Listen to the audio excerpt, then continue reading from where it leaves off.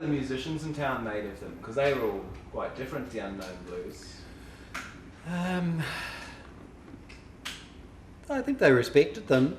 You did respect They them. were all clever musicians. They weren't fools, and they certainly got the gigs. I had, as I say, I was in the beauty industry and worked quite a lot with the Miss New Zealand show, and we took them on 2 tours to Deep Cove at the time they were building the dam there, and had the Wanganella moored at West Arm, and we went over there and did 2 concerts there. It was fantastic, with like 30 other musicians. I've presented photographs of that.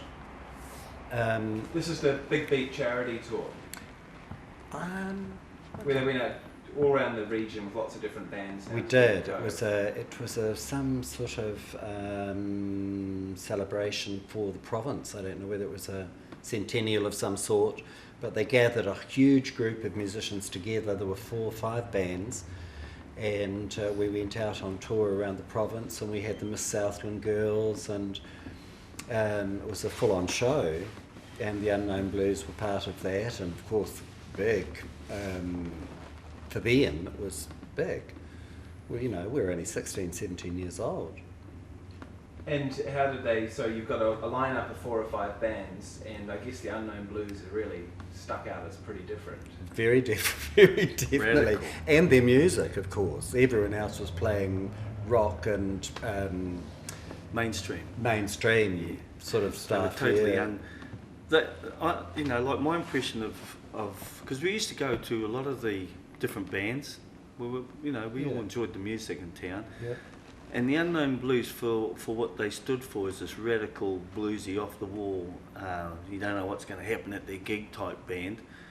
Had the respect of the other bands because they were good musicians, and they had a good hardcore following, you know. And I think some of the guys in a way probably would have quite liked to be like some of them, but they weren't. They were conservative type people, and you know they've had a lot of band reunions lately over the last few years in town. It wasn't a lot of bands happening in Chicago in those days, wasn't there, Kev? Let's just talk a little bit about Dave Hogan as a frontman and a harmonica player, because what we've seen of him in rehearsals and known of meeting him the last few days, great frontman, seems to have a real natural rapport with the audience. Can I just get your thoughts on Dave as a frontman?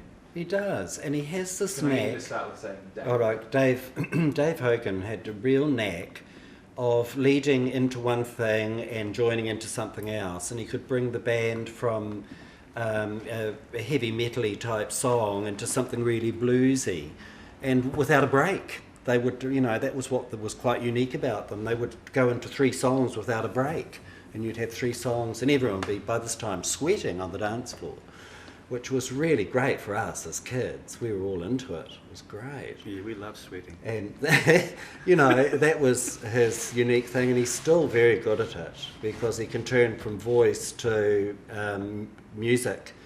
His mouth organ just takes over, and you get this fantastic harmony happening. It's great.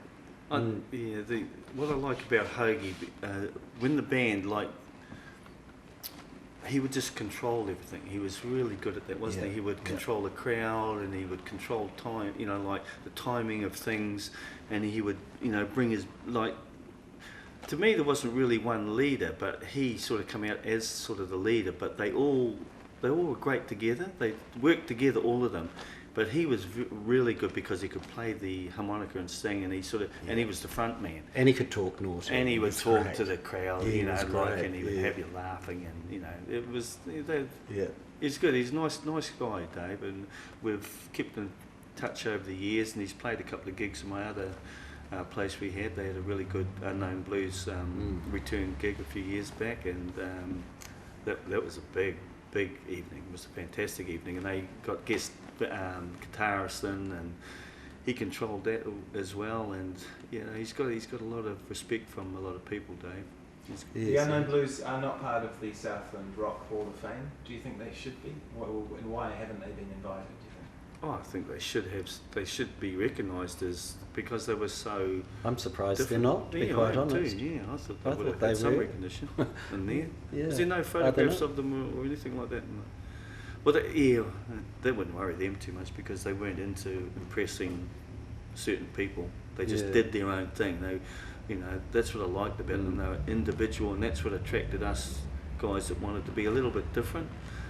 We liked that, and they weren't worried about what other guys thought about them or anything like that. So it wouldn't worry them really. But they should be recognised. Yes, very definitely.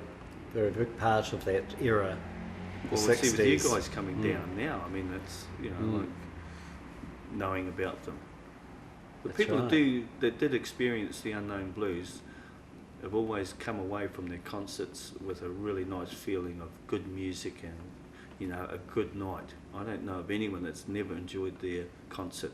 Would you, No, Kev? me neither. Always No, positive. great, really good. Great. Yeah. We'll leave